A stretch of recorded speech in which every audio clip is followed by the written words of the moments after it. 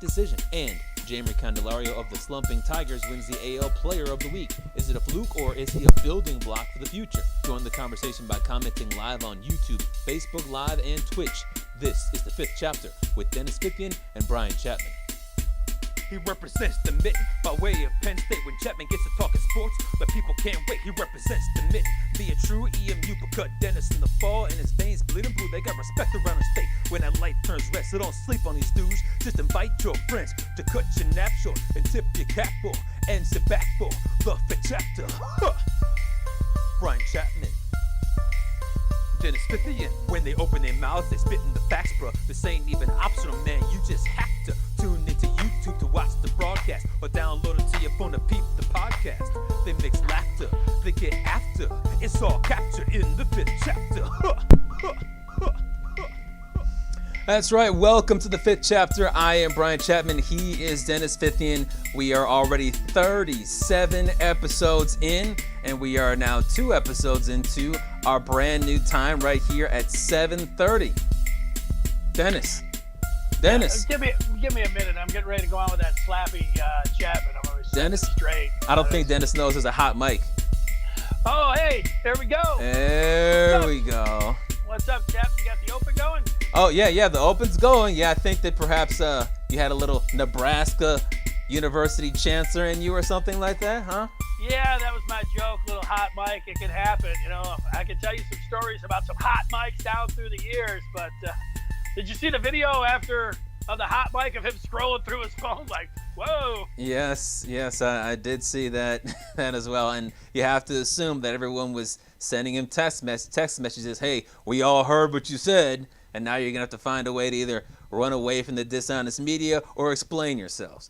I'll tell you a quick story here, Chap. Okay. You're supposed to always think that your mic's hot, but Yeah. when I first started in radio in Detroit, I was really surprised at some of the conversations that would go on during the commercial breaks. Like, wow, man, they don't think the producers are listening. They don't think anybody's listening.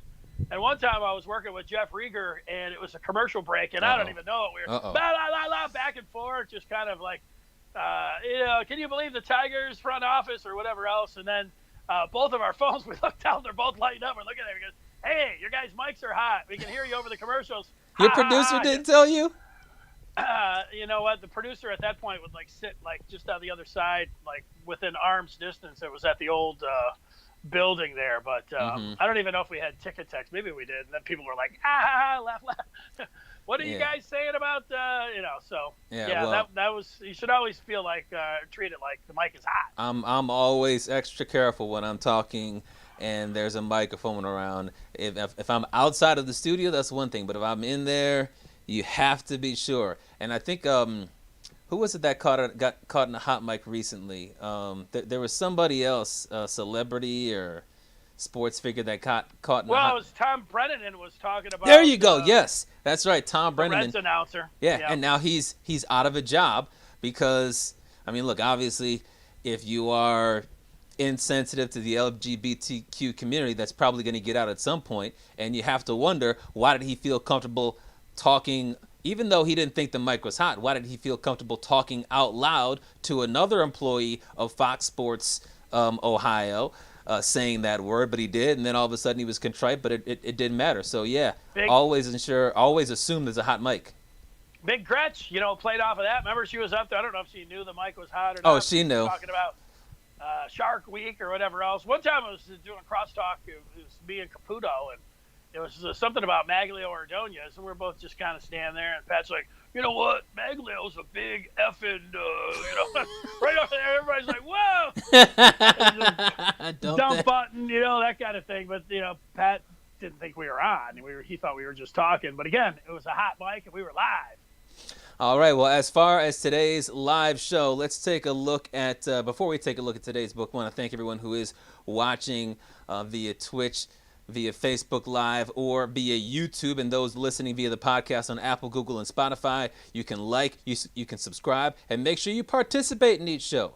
If you're watching on Facebook, leave a comment below. Dennis will read it. If you're watching on YouTube, leave a comment, and Dennis will read it. Same thing with Twitch, and he'll read it during the show when we're talking about these various issues, which we'll get to in today's book.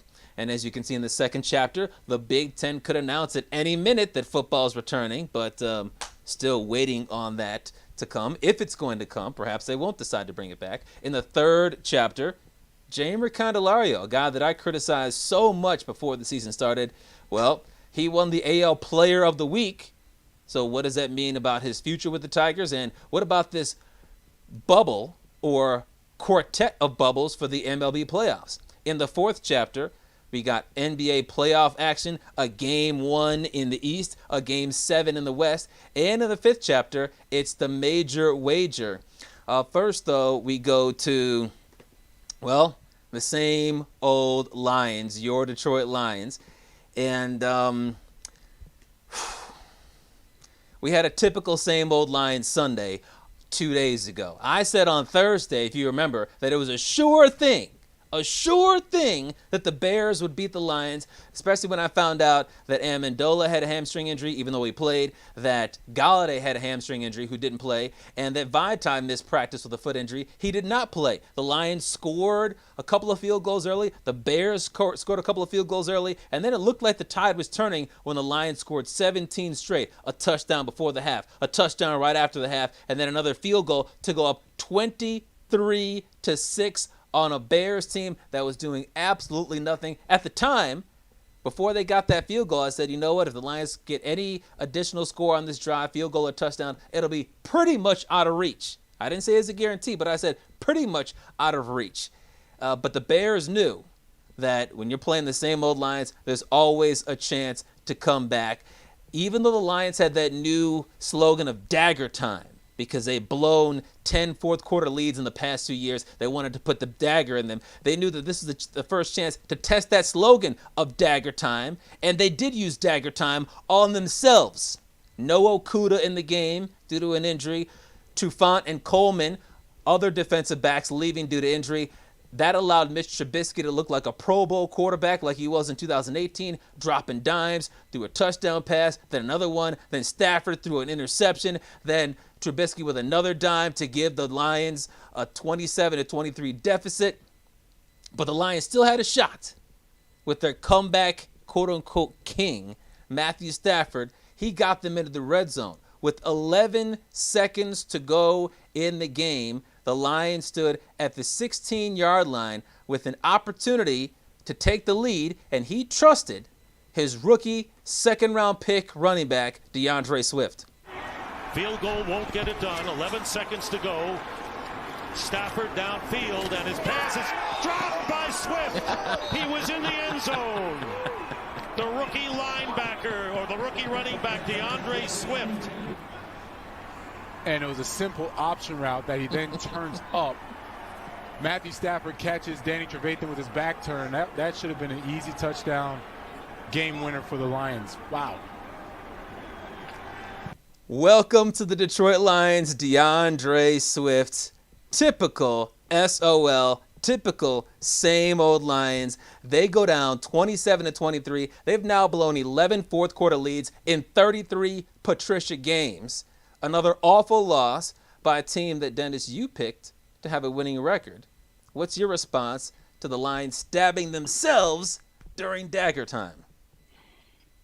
Yeah, well, I'm regretting already picking them to be above 500. I can tell you that. That was the easiest catch for a touchdown that DeAndre Swift will ever have. And it's I feel bad for that kid. Remind me of Bell from Michigan last year against Penn State. Feel worse for a college kid. I mean, this guy's in the pros, but that's a terrible way to start a career, to end a game. And, you know, for the Lions, waited all through this pandemic, didn't even know if we were going to have football. It's been like 14 years since I had a free Sunday to just sit back and enjoy a full day of games.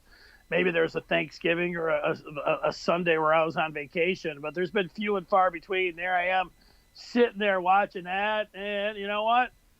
Watching them in the fourth quarter fall apart like that, taking the sack, then kicking that 55-yard field goal, forcing that ball in where there was no window by Matt Stafford. Then, you know, here he is. He's going to make up for all of it. Perfect pass into Swift. I mean, I mean, that goes, SOL's got such a thick book. You look up SOL in the dictionary, you got like 50 games that you can pick from. This is just another entry, and this is very similar to a lot of their excruciating losses that they've had over the years. And it's just painful for Lion. I feel bad for Lion fans. Feel bad for myself, watching that game, and it's just it just happens over and over again. You always think like, oh, maybe this will be different, and never is. So. We're kind of back to where we always are with the Lions, and it was a tough one to take. Well, and I think it all comes down to expectations, because you fell into the trap of wiping the slate clean and thinking, hey, things are going to be different this year and all that. But I learned years ago that it's going to be the same old Lions until proven otherwise, and I'm going to go into the season assuming that things aren't going to be that great, and I can look at things from an X's and O's standpoint and say, last year they were 3-12-1. Even with Matthew Stafford, they had a losing record. They decided to get rid of their best player, Darius Slay. They came into the season with a bad secondary, and they come into the game with a banged up secondary. They come into the game with not even arguably, their best offensive player, Kenny Golladay, not playing. Their new right tackle not playing. And I'm thinking, this is the same old Lions. They're going to lose to the Bears. When they got up by 17 points, I was thinking, perhaps they're going to win this game. But you can never be certain with this team, because they've blown the lead so many times. They have a terrible coach. They have a coach who's been terrible in opening day games. We talked about this on Thursday, about how this is the third year in a row that Patricia has had a team that's perceived to be weak to start off the season. And they started out pretty hot against the Jets 2 years ago and lost by 31 points. They started out hot with an 18-point lead in the fourth quarter last year against the Cardinals, and they went into overtime and tied the Cardinals. And they had a 17-point lead against against the Bears, against a quarterback that everyone thinks is the absolute worst. And he came out in that fourth quarter and said, hey, I wasn't a Pro Bowler 2 years ago for nothing, especially when I'm going up against the Lions. And boom, he looked like a Pro Bowl quarterback once again, especially with defensive backs that had dropped like flies, and especially with a team that decided, with these backup defensive backs, we're going to play man-to-man defense. I mean, Mitch Trubisky even said after the game, yeah, they were kind of confusing me in the first half with zone. And then when they went to man-to-man, we just decided to go one-on-one, Anthony Miller versus this guy, or Allen Robinson versus that guy. And we trusted our guys, and boom, there you go. I mean, it was just typical dumb Matt Patricia coaching, a typical Lions. They can put whatever slogan they want there about Dagger Time that they want. But in the end, the only slogan that really has any meat on its bones is same old Lions.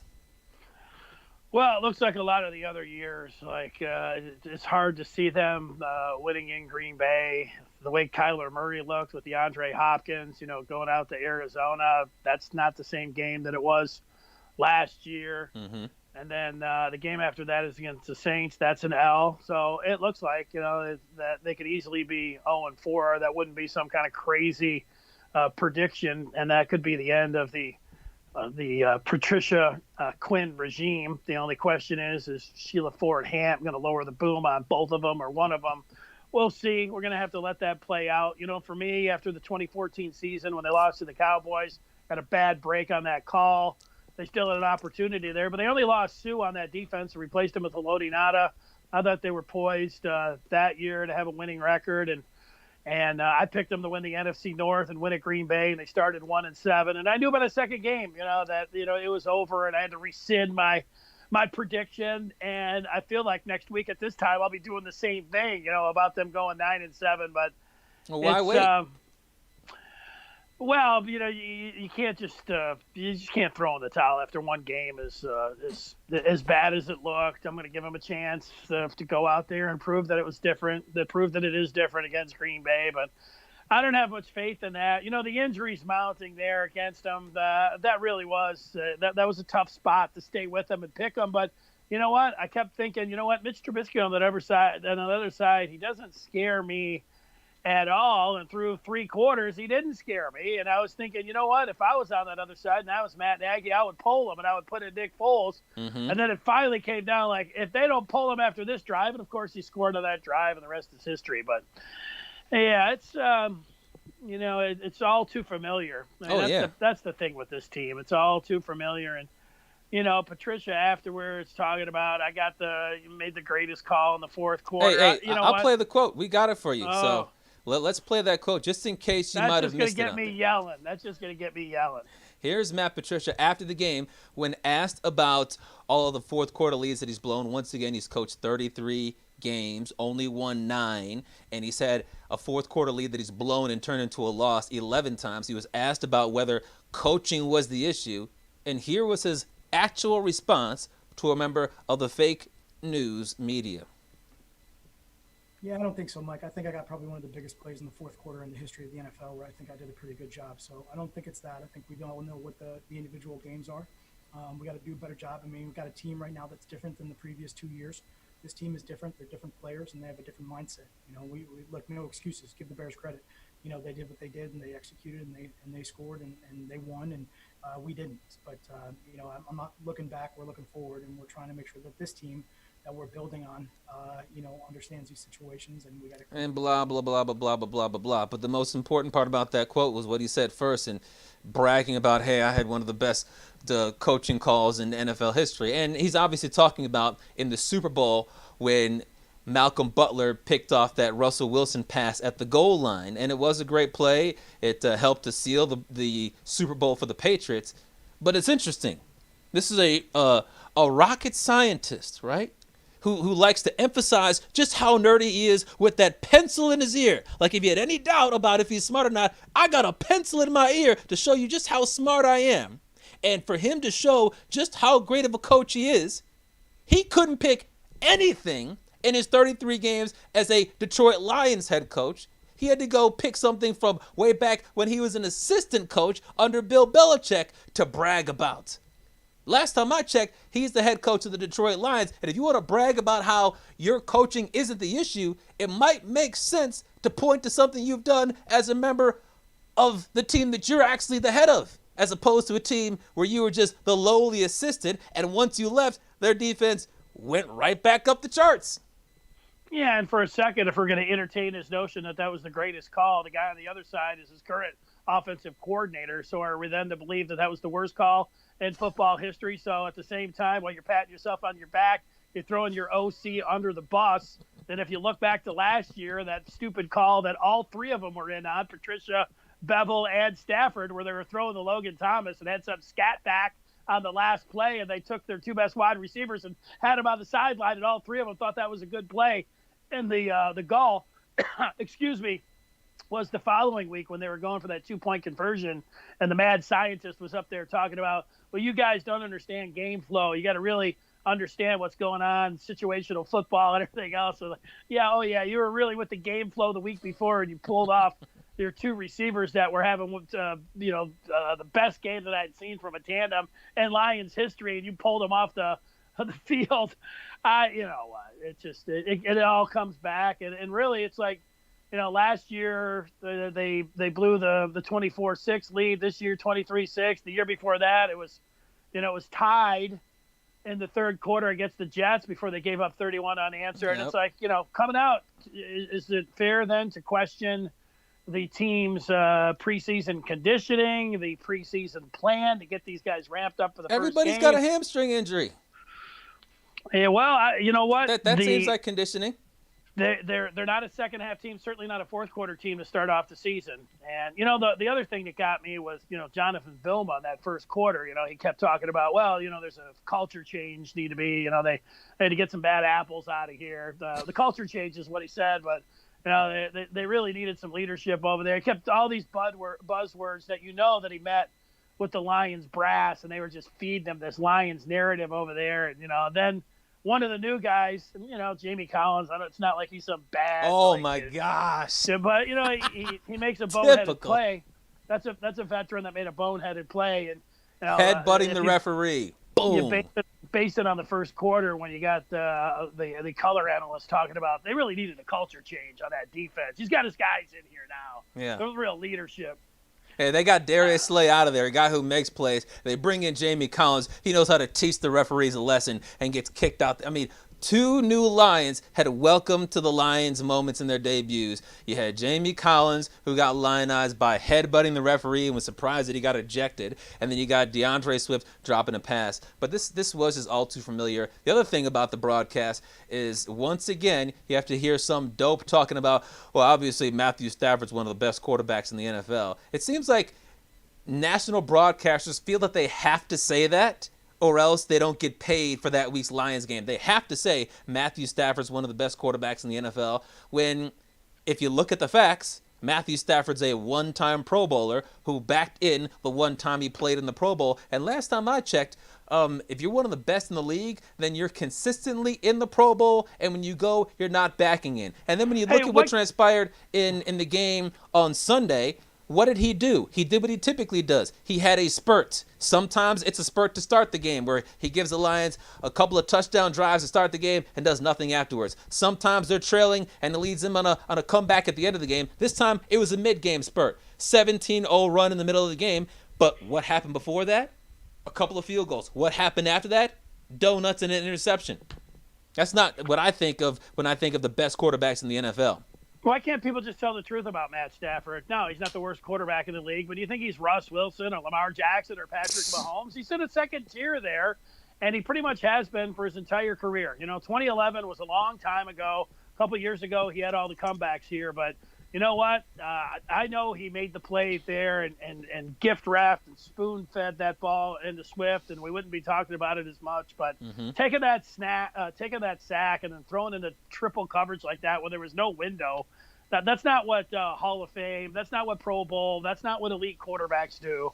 This game is on Stafford as much as it's on Patricia, as much as it's on DeAndre Swift, as much as it's on the injuries, as much as it's on SOL.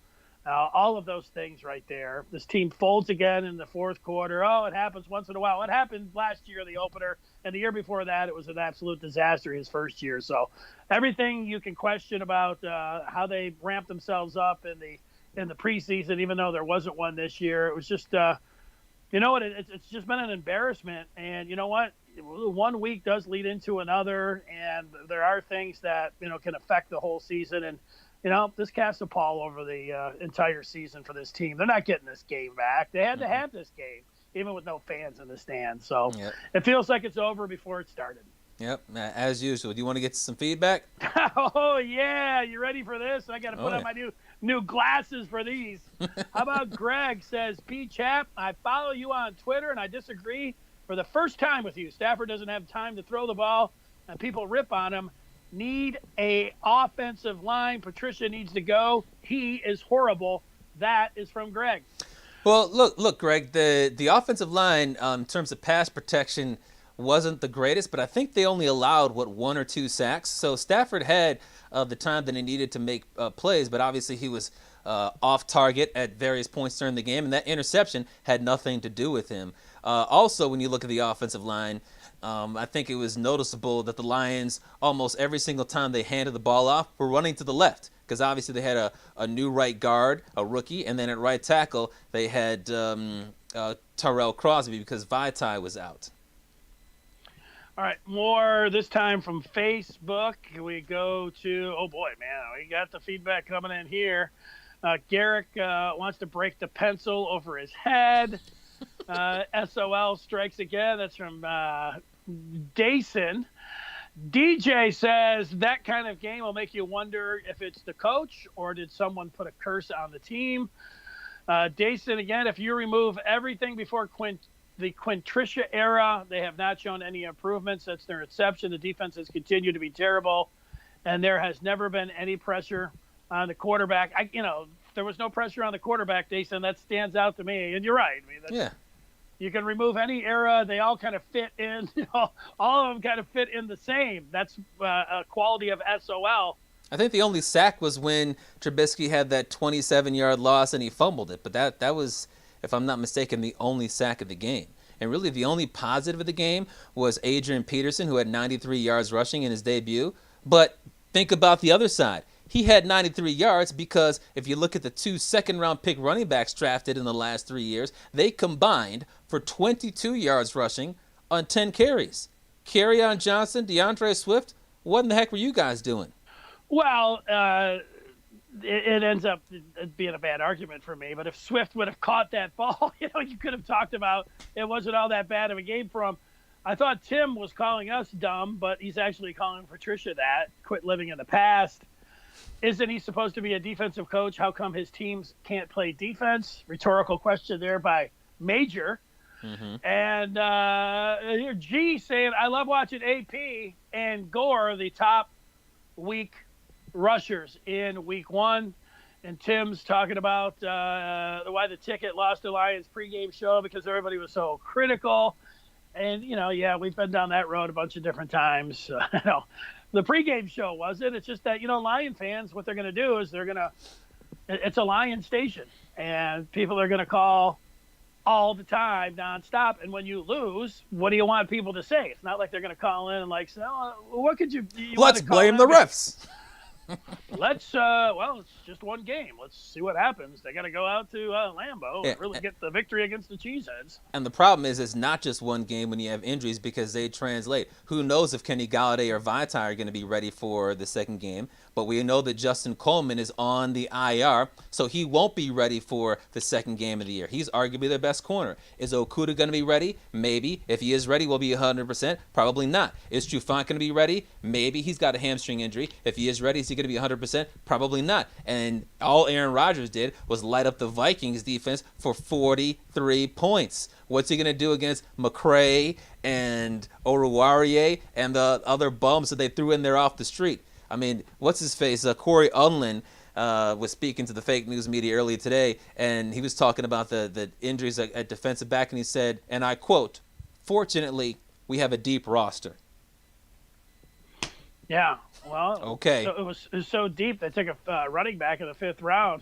Maybe they should have taken another corner for some depth there. Yeah. All right, so keep the feedback coming in, but let's turn the page now to the second chapter. I don't even know if I can continue. Talking about the Lions gave me a splitting headache, but I'll do what I can here. Can we get an update? Is the Big Ten playing football here?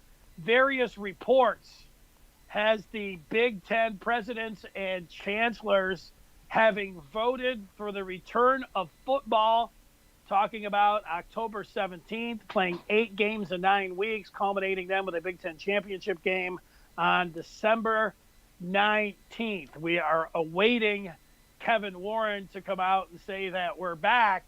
Oh, I do have an update. All right. I do have an update, and I will put it on the screen so that everybody can see it.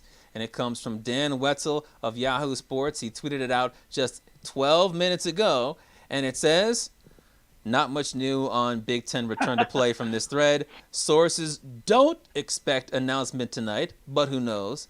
Continued confidence in 7 or 8 game regular season starting October 17th or 24th. Title game December 19th. Wait and see. So there is your update as of 7:46 p.m. and it is now 7:49 p.m. Eastern. Is that nothing imminent, and maybe there won't be an announcement today.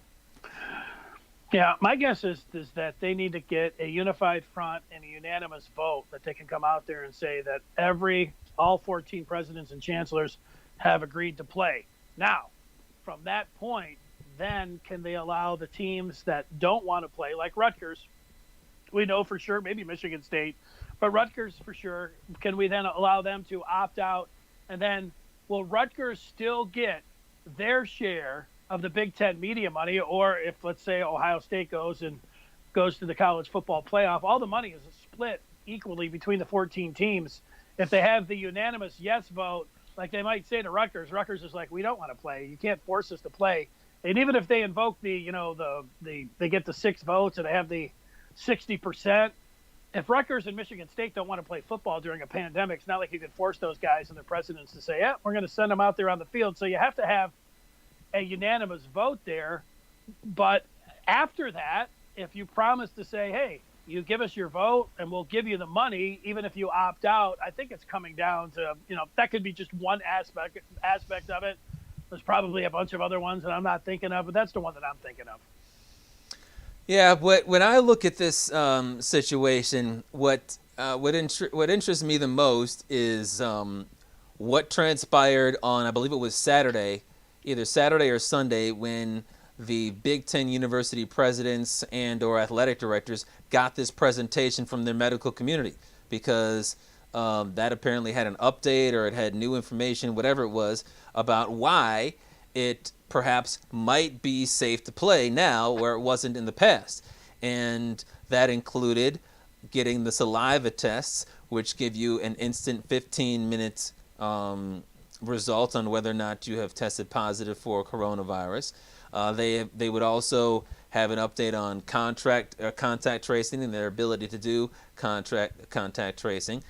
And so if they're able to come out with that information and sway the votes, and then obviously tell the public what has changed, then I would be interested in saying, okay, it's a good idea. What I don't want to hear is for the Big Ten to say, all right, we've decided to play, and then not give an explanation, and or have the explanation be something that lets everyone believe that the real answer is FOMO, or fear of missing out, where they saw the ACC and the Big 12 start playing, and they know that the SEC is going to start playing in 11 days, and they perhaps there was some political pressure as well, and they just figure, well, if everybody else is doing it, we need to do it too. That cannot be the reason to play, because that wasn't the reason why you opted out. If the reason you opted out was for safety, or the reason you postponed it was for safety, then they need to explain why now it's safer. I think that the 15-minute saliva test is a reason to say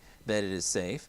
And I would also want to hear what they plan to do if there is an outbreak. Like I saw today, Brett McMurphy of Stadium said that Florida Atlantic University did not practice today because they had multiple positive coronavirus tests. They're expected to have their first game this Saturday against Georgia Southern. What's going to take place if there's an outbreak on the team where 4 or 5 get test positive? Obviously, they've got the 15-minute saliva test that'll come to these universities eventually. But I'd like to hear those answers. But if the doctors, if the medical community says it's okay, then I'd be okay with it. I've always been of the belief that it shouldn't be about politics. It shouldn't be about fear of missing out. It shouldn't be about, well, come on, these guys have trained really hard. It's about whether it's safe to do so, not just for the players and the coaches, but for everybody else in the community that might come into contact with them, because you don't want to just spread it around the team and say, well, nobody else is going to get it. I don't want anybody to get the coronavirus.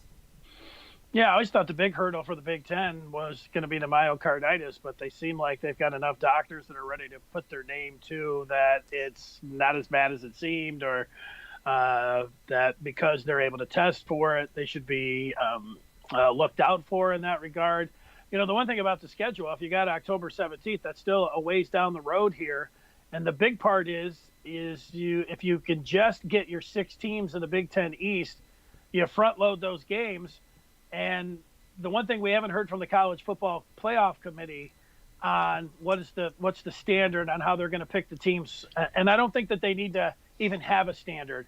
And I know that sounds weird, but if you put into play that it's a pandemic, if you also go back to the 20th century when college football was just voted on by, it was total like the look test, and hey, you're running things up.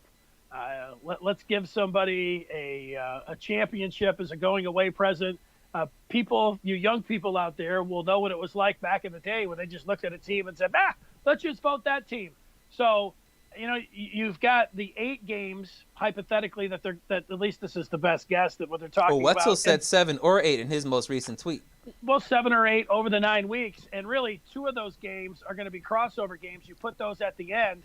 And if let's say the first game, you have to postpone it, well, there's your 1 bye. And if you have to postpone another one, then I think you need to, cross off your crossover opponents there, and just like the bare minimum, get those 6 games in so you can declare somebody from the Big Ten East and Big Ten West, and then you can have that championship game.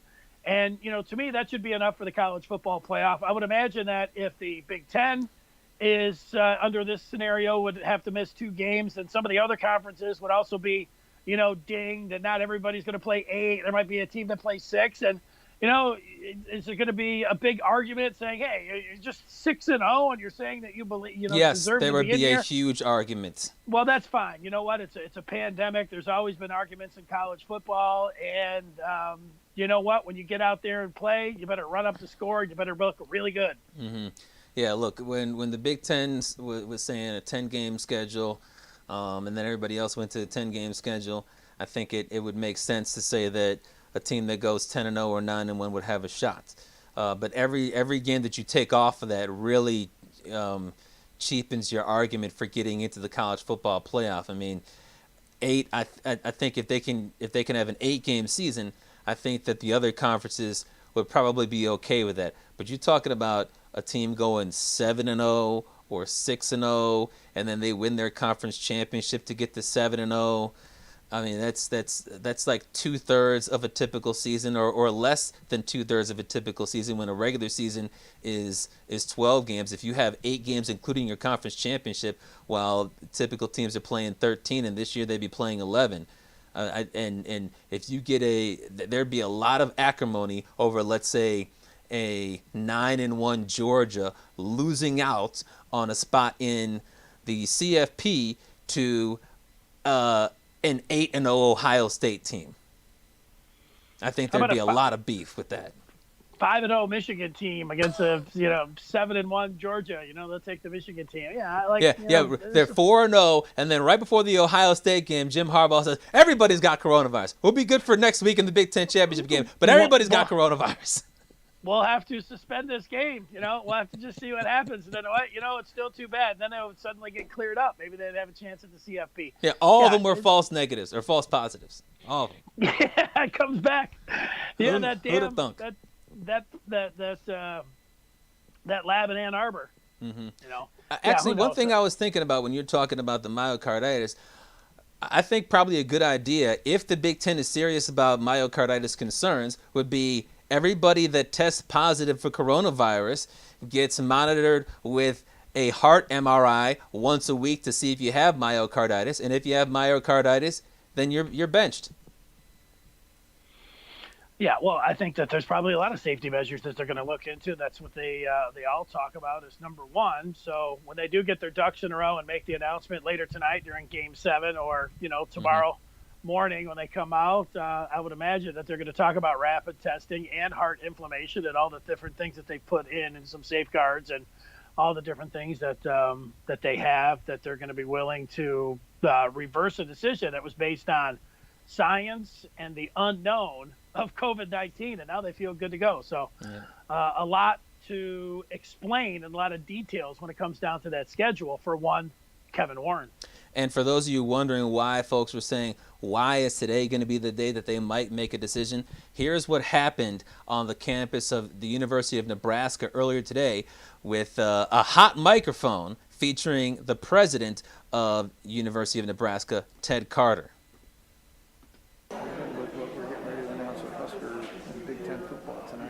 Oh, really? I heard that was happening. I didn't. I think there's a lot of anticipation about that. Good for you. Maybe that'll get off your plate. Well, it never will, but it's a good move in the right direction. Right. So, hot microphone, and that got out. It went viral, and he didn't really explain himself, but there wasn't really, I guess, a need to explain himself.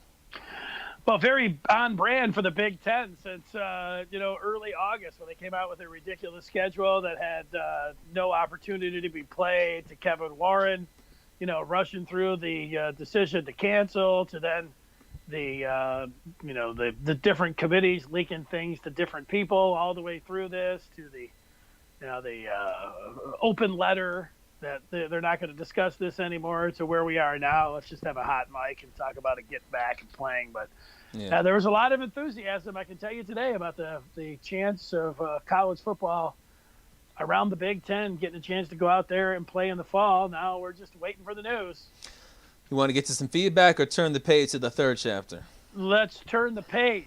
All right, let's do so. And that takes us to the Detroit Tigers. And first they played well, then they tanked like a no-limit soldier, 9 losses in a row. And they played well again to get above 500 and start knocking on that door of the playoffs. Then Ron Gardenhire went into the clubhouse, started playing Mystical, Shake Your Ass. Started playing Snoop Dogg, Down for My Ends. Started playing Master P, He did that in the clubhouse, and they've gone 3-10 in their last 13 games, including 3 double-digit blowouts in their last 6 games. They made a couple of moves today, demoting Grayson Griner, another catching bum for Eric Haas. They bring back Nico Goodrum's .186 batting average from the injured list and send Jonathan Scope to the injured list with his 8 home runs with a sprained wrist. The only good news they've gotten in the last 24 hours, despite their tanking, is that Jeimer Candelario was named the AL Player of the Week. He had a .423 batting average, 3 home runs, 9 RBIs, and 8 runs in the last week. And we've got some playoff news we want to get to in just a minute. Obviously, it doesn't involve the Tigers with 3 teams to jump over with 12 to 14 games to go, 5.5 games out of that last playoff spot. But Dennis, as far as you're concerned, what's left for Jeimer Candelario and the Tigers to prove this season? Well, for Jeimer, it's to show that he can consistently take this and finish out the season so he can be looked at as somebody that could be a guy that you'd want to have up at the top of the order. This is a guy that's been my Tiger for the last couple of years, but heading into the season, I was thinking that I was ready to drop him and pick up a new Tiger, especially after the first couple games when he started 0 for 17. But you know what? I like his attitude. I like his approach. And he's a guy to root for. If they could find a couple other guys like that for the rest of this season, instead of having Goodrum at shortstop, or they're taking a look at Castro. Now it's Goodrum over at second. Really, the only thing that's left here, get the young guys out there, get them some confidence, see what you can do with the Castro over there at short. If there's any of the other young players, maybe you can get something out of them, some of that experience for the rest of this. But once they start getting, their ass kicked pretty good, 19-0, 13, whatever it was, that was it for me. I'm not grinding out, a bunch of, Tiger games when you've got 100 million other things on TV to watch. And, but you know what? The credit, I didn't think they were going to get to, I didn't think they would get out of July and keep me interested. It took me all the way to took me to Labor Day. Yep, Good first job. week of September. Yep, that's correct. I mean, when I look at Candelario, I was wrong about him, and I'm happy to be wrong about him. The reason that I was so down on him was because of his performance on the field. 2 years ago, he had a bad year. Last year, he was awful. And for me, when you are labeled a bum or a bust or a disaster, it's based on your performance, and you stay in that category until proven otherwise. And he has done that this year. He's proven otherwise. He belongs in that cleanup spot in the order, if not higher. Obviously, Gardenhire's never going to move Miguel Cabrera from the 3 spot, but he leads the team in OPS, slugging, batting average, doubles, runs, and RBIs, second in walks and home runs. I mean, what more do you want from a guy like that? And he's not just been good for a Tiger, he's been good, period, which is why he won that AL Player of the Year award. I'm actually ready to declare that Jeimer Candelario is officially a Tigers building block. And that's something that the Tigers have not had at all in terms of their everyday lineup. They entered this year with 0 players that you could look at as a building block in the lineup. And I'm not going to include Miguel Cabrera because, he's just trying to go out there and get his little singles and that's it. And he's not really a part of the future outside of the fact that he has to be in the order. But they've gone from 0 building blocks to 1 or 2 if you include Victor Reyes.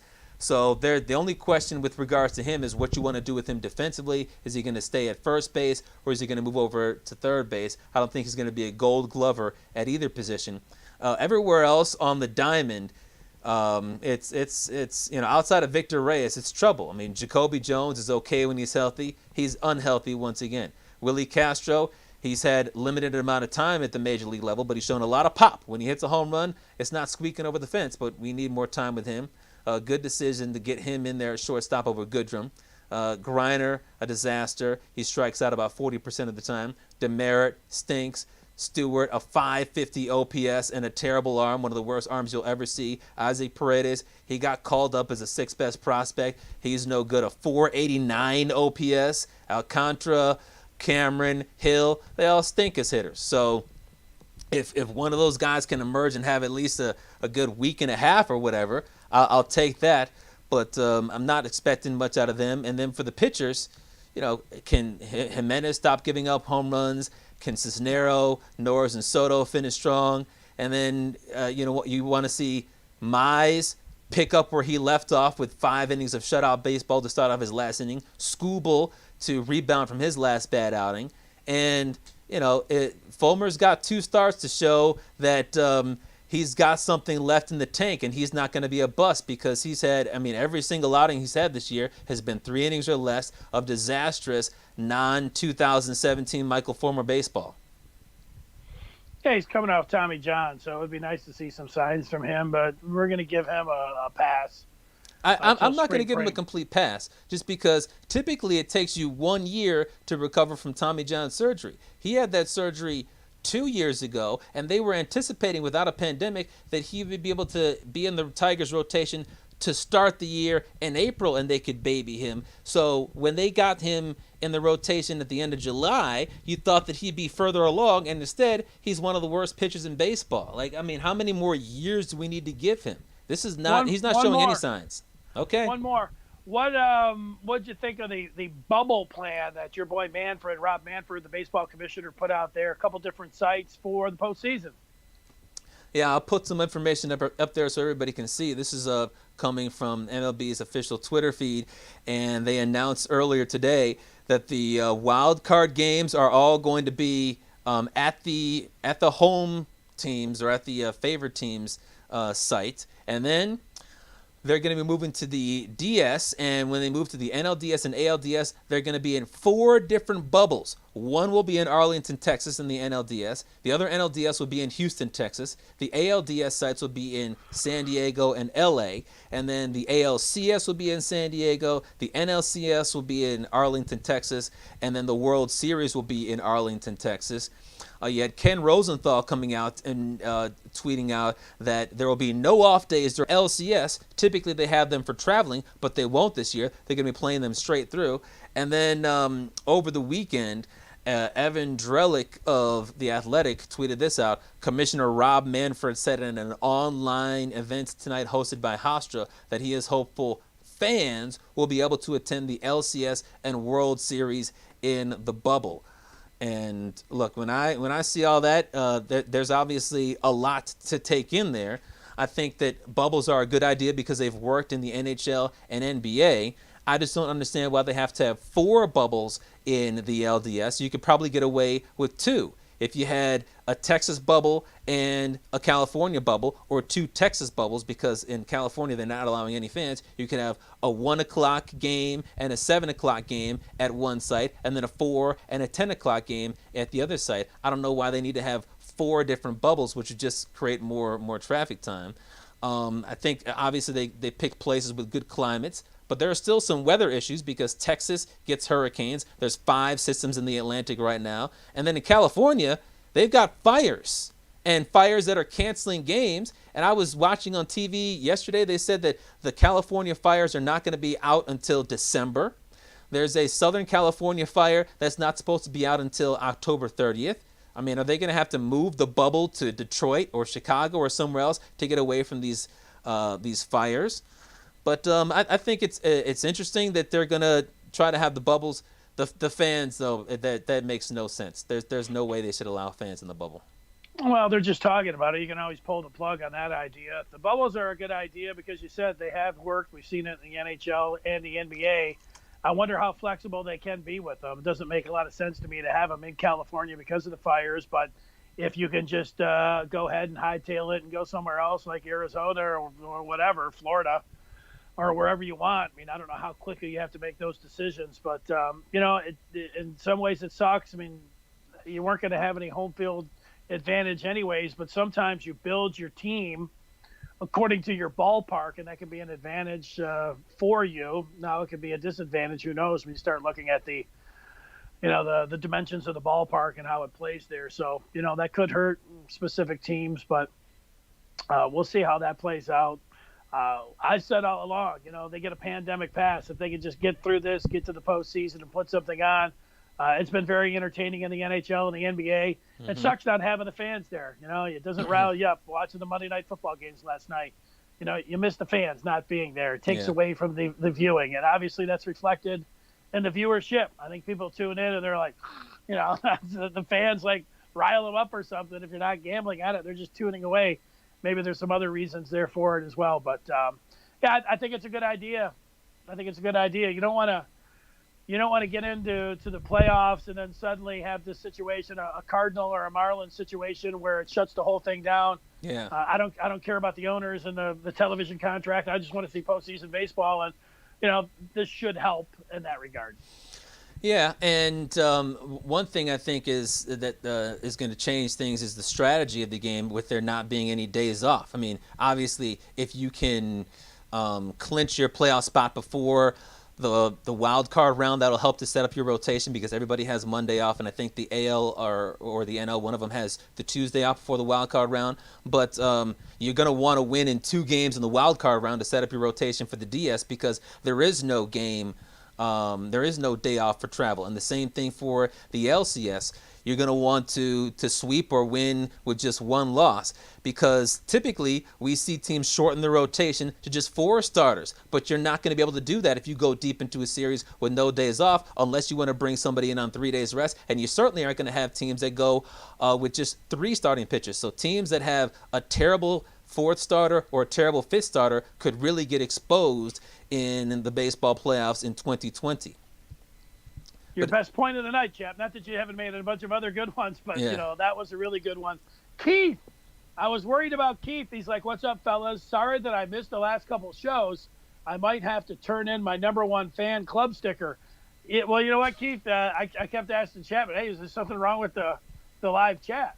Keith isn't there. He's not sending anything in about Tua. The Dolphins played. Fitzpatrick is out there. The Lions played.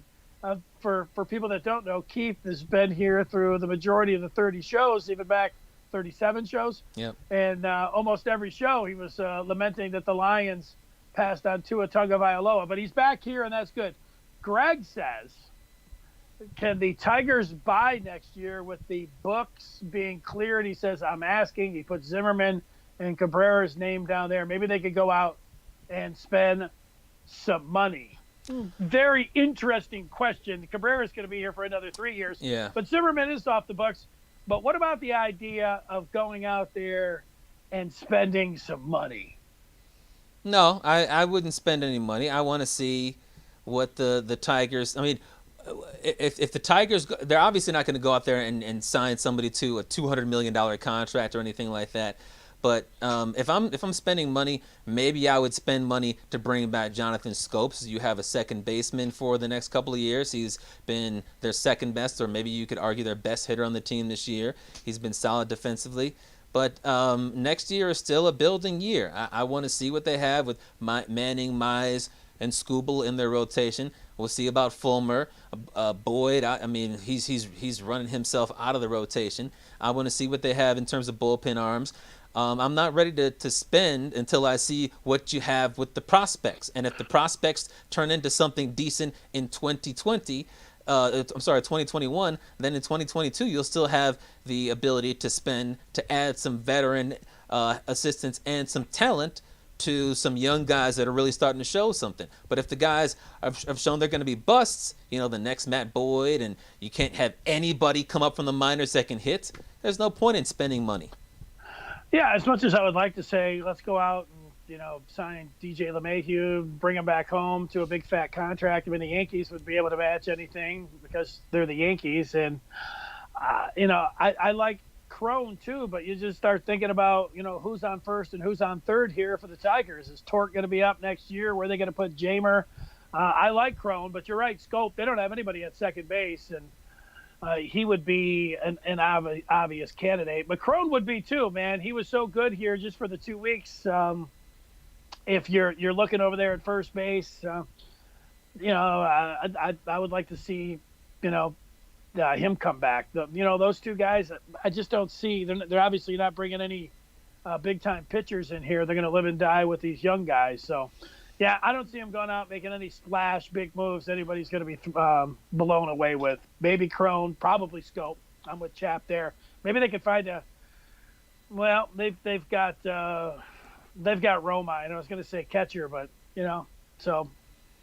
Just little moves. Well, I mean, the catching position is it's an absolute train wreck when they're bringing up Eric Haas, they're demoting Grayson Griner. Jake Rogers, who was one of the key pieces in the Verlander trade, made his debut last year, and he's been so bad, obviously, in that alternate site that he hasn't been able to come up and take the spot of Grayson Griner. They got Dylan Dingler, but he's just drafted out of college. I wouldn't expect to see him until at least 2022. The catching position, I think Roman signed a 1-year deal. If it's a 2-year deal, good idea. If it's a 1-year deal, bring him back. The catching position is an absolute train wreck, dumpster fire disaster. You're right about that. DJ didn't like the idea of LeMahieu going to the Tigers from the Yankees. They don't have the money, talent, or pedigree. Meanwhile, Keith talking about the Lions being the worst worst franchise in sports history, and he said he was messed up a little bit, crossed up with the move to 7:30. He was tuning in at 8:30. Yeah, 7:30 now in the fall. We're ready to get to the fourth chapter. Yeah, let's turn the page. Yeah, and that's me, and that gets us to what's going on right now. It is the NBA playoffs. You do have game one of the Eastern Conference Final with the Celtics and the Miami Heat.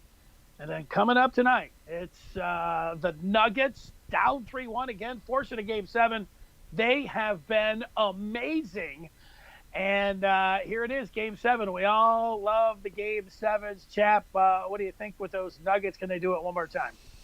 Well, yeah, starting with the Game 7, I'm going to go with the Clippers. And look, they've obviously been very dominant, like the Detroit Lions were for 3 quarters in games 5 and 6, and then they didn't stick the dagger in the Nuggets and gave them an opportunity. But I think that this could be a close game. I don't expect them to get out by 16 or 19 points like they did in the previous couple of games. Playoffs. They're in the playoffs, deep in the playoffs.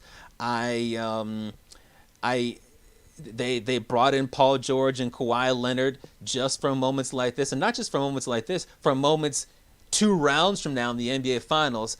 And I think that I also just don't trust the Nuggets. When you've won 5 consecutive closeout games, that's really impressive. But this is a team that is kind of just happy to be here. They didn't have the same expectations as the Clippers. They didn't have the same credibility because Jamal Murray, he was a very good player before these playoffs, but he really became a household name now. Nikola Jokic has been a very good player and an all-star. But, I mean, bringing in Michael Porter Jr., having the rest of these guys come in, it's been a nice story, but they're just kind of they're like a Cinderella team, an 8 seed that beats a 9 seed and then a 1 seed, and then somehow they get to the Final Four. You just don't expect them to keep on winning against a loaded LA Clippers team that has been underwhelming. I think that it could be an underwhelming win, and I don't know that they're going to cover a 7.5 point spread, but I do look for the Clippers to finally put away the Denver Nuggets tonight. Yeah, I do too. And, you go to the obvious thing. You go to the best player. And as much as Murray and Jokic has been fun, rocking the baby out there. And we do have an 83-71 update with the Celtics leading the Heat as they head into the fourth quarter. Mm-hmm. But you know what? I've watched it, and I've seen it again this year. I don't know if I said it last year, but when I watch Kawhi Leonard, the way he breaks down defenders and just the way he pulls up and is able to get by people and take it to the rim, it reminds me a lot of Michael Jordan. It really does. I know Kobe. Kobe was the closest.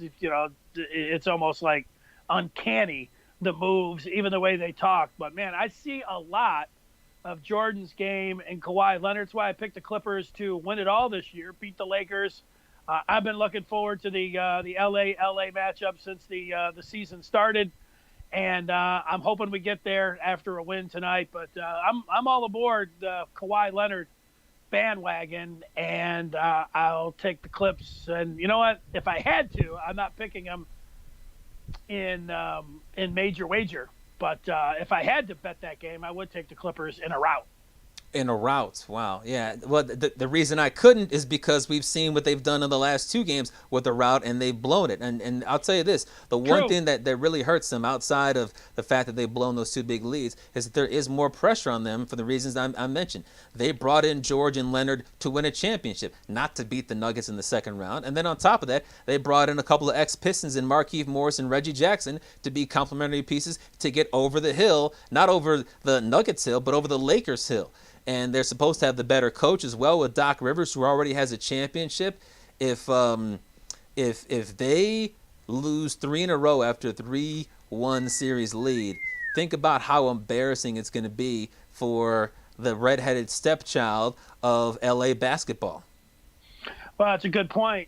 Just think about how many draft picks that they sent to Oklahoma City, really, to just put Paul George and Kawhi Leonard there for 2 years, because both of those guys can take off after this. So if they don't get it done, and they don't even get a chance to take on the Lakers, man, this you're right. And looking at the other team, not getting a chance to even match up with them, this will be one of the biggest disappointments ever in the NBA, considering what they put together and to try to make a run at this. Yeah, in the Eastern Conference Finals, obviously you got Boston against Toronto with the Heat having only lost 1 game after beating the Milwaukee Bambies. They shouldn't be called the Bucks, they're the Milwaukee Bambies. I like the Heat to win this in 6, and I think that they might even have. I thought coming into today they had a great chance to win it all. Obviously, trailing by 12 heading into the fourth quarter, not a good look. But I like the mentality that this team has, the grit. The serious nature that they've taken in these in the bubble. I like how Jimmy Butler said that he's not there to bring his family in or anything like that. He's there on a business trip. And they treated it like a business trip when they knocked off Giannis, Middleton, Bledsoe, Lopez, and the Bambies. So they had pretty much a similar attitude to the Portland Trailblazers like they had a month ago, except they didn't have a big injury like Lillard. They were deeper than the Trailblazers, and they play much better defense. You don't really know who to key on. Obviously, Jimmy Butler's their best player, but if you go after him, they can win with him not getting 20 because of Adebayo and Hero and Duncan Robinson and Dragic and Crowder. But obviously, Boston has a lot of weapons as well. I think that the Heat have been the biggest beneficiary of the bubble atmosphere. I think it'll be a deep 6-game series. But regardless of who wins today, I like the Heat in 6. Yeah, I'm going to pick the Heat, too. And all those names that you mentioned there, I really like Bam Adebayo, and Hero looks like a really good pick there. And, of course, I'm rooting for Duncan Robinson, the Michigan man there. It's, they're a fun team. They're a fun team to watch. And Jimmy Butler is all business, and Crowder was a good pickup for him. The Celtics, Marcus Smart's a pretty interesting player, man, with the emotion that he plays for. Expect him to get thrown out, being some kind of mix-up in this game. Lots of acne. Well, he's flopping around. He's diving into guys, pushing them out of the way. He's hitting threes. Looks like he's taking bad shots, but he is something else. He's one of those guys that you love, and he's on your team. You don't like him so much on the other side. But I'm going to go with the Heat in this series. I think they got it. They can get it done, and they're more of a team to root for. Boston's always there. Yep, and lots of acne once again with Marcus Smart. All right, let's turn the page now to the 5th chapter, and that takes us to the major wager. And Dennis, we've obviously got a playoff game in the NHL tonight. We've got 2 playoff games in the NBA. We've got baseball. I don't think there's any Tuesday night MACtion because the MAC canceled their football. But what are you looking at tonight and perhaps even tomorrow before Thursday? I'll tell you what, man. I'm looking at a sports cornucopia, and the U.S. Open's going to be played this weekend as well, man. I don't know how I'm going to watch all of this. It's a good problem to have if you're a sports fan. But as much as I've been betting basketball and hockey and baseball, now that football started up, I'm back on football. My best bet of the week was the Bills against the Jets, -6.5, and the Bills took care of that easily. I'm going back to the Billies. I'm up to plus 300, but they're down at the Dolphins, Keith's Dolphins. And I am going to lay the 5.5 points. I think the Bills will tear the Dolphins from limb to limb. I see them winning that game easily by double figures. Give me the Bills again to go 2-0 and cover. I'll put another 50 on that one. So you're laying the money early before the line changes. Interesting. Last week on Thursday, I picked the Cardinals -1.5 against the Tigers in Game 2 of that doubleheader with Jordan Zimmerman pitching, and the Tigers were down 3-0 and won 6-3 with 5 runs in the 7th, so I wasn't happy about that. If it wasn't a Manfred ball game, I bet the Cardinals come back and win.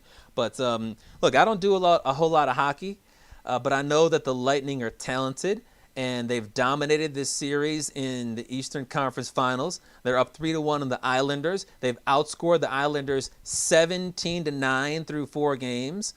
And in Game 4, they won 4-1. I like the Lightning to win and cover the 1.5 goal spread at a plus 160 payout. That spread, those odds at plus 160 are huge. So you bet $50, $80 profit. You're a big spender, you bet $1,000, a $1,600 profit. So I like that. A couple of other games that I like.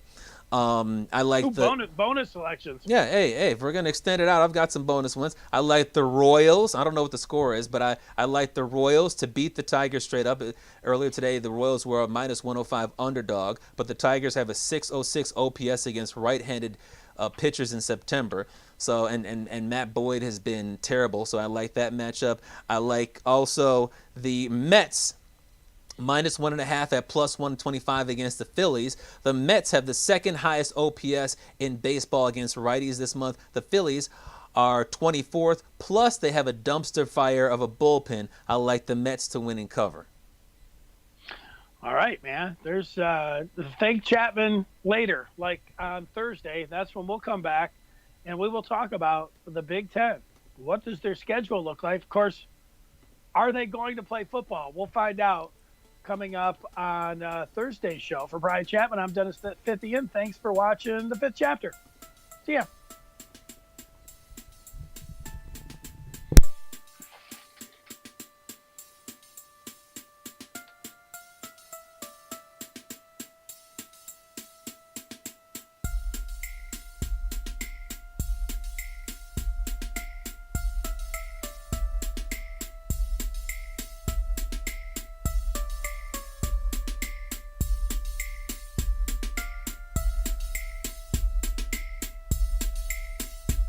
He represents the mitten by way of Penn State. When Chapman gets to talking sports, the people can't wait. He represents the mitten. Be a true EMU, but cut Dennis in the fall, and his veins bleeding blue. They got respect around the state. When that light turns red, so don't sleep on these dudes. Just invite your friends to cut your nap short and tip your cap for and sit back for the 5th chapter.